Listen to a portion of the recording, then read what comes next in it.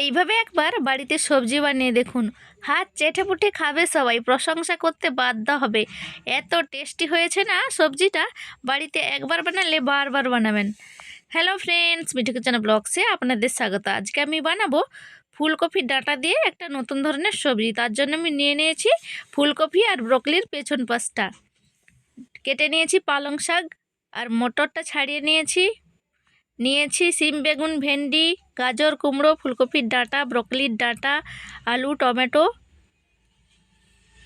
এগুলোকে আমি ভালো করে কেটে ধুয়ে পরিষ্কার করে নিয়েছি কড়া। তার মধ্যে আমি দিয়ে দিয়েছি সর্ষে তেল। তেলটা গরম হয়ে গেছে। প্রথমে আমি বড়িটা ভেজে নেব।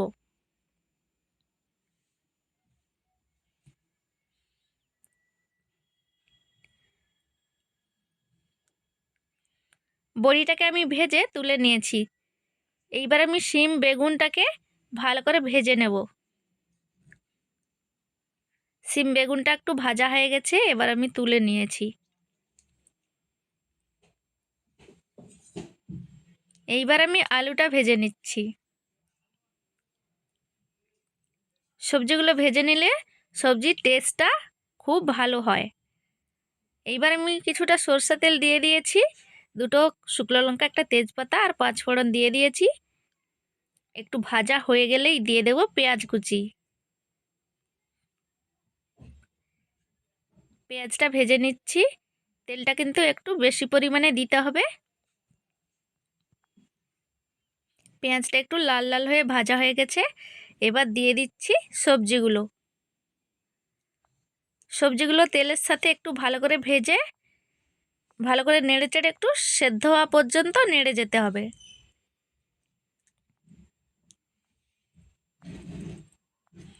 আমি একটা ঢাকনা দিয়ে একটু সেদ্ধ হওয়া পর্যন্ত ভেজে নিচ্ছি। অনেকবার নেড়ে চেড়ে এই প্রসেসটা করতে হবে।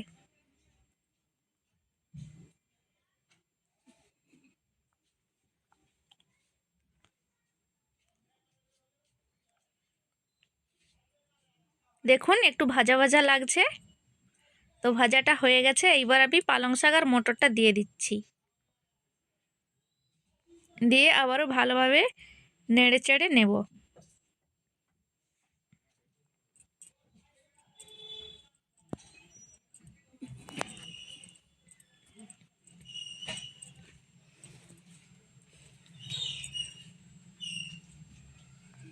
এইবার দিয়ে দিচ্ছি সিম আর বেগুনটা, সাথে আলুটা। একটা টমেটো কেটে দিয়ে দিয়েছি। দিয়ে ভালো করে নেড়ে চেড়ে স্বাদ মতো দিয়ে দিচ্ছি নুন, আর দিয়ে দিচ্ছি লঙ্কা গুঁড়ো, একটু সামান্য চিনি দিয়ে দিচ্ছি হলুদ গুঁড়ো। দিয়ে ভালো করে নেড়ে চেড়ে নিচ্ছি।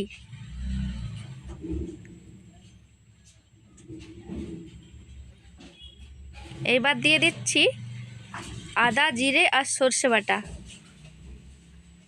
দিয়ে ভালো করে ঢাকা চাপা দিয়ে কষিয়ে নিয়েছি। দেখুন সবজিটা রান্না হয়ে গেছে। ফ্রেন্ডস, রেসিপিটি ভালো লাগলে লাইক, শেয়ার, কমেন্ট আর চ্যানেলটিকে সাবস্ক্রাইব করে দেবেন।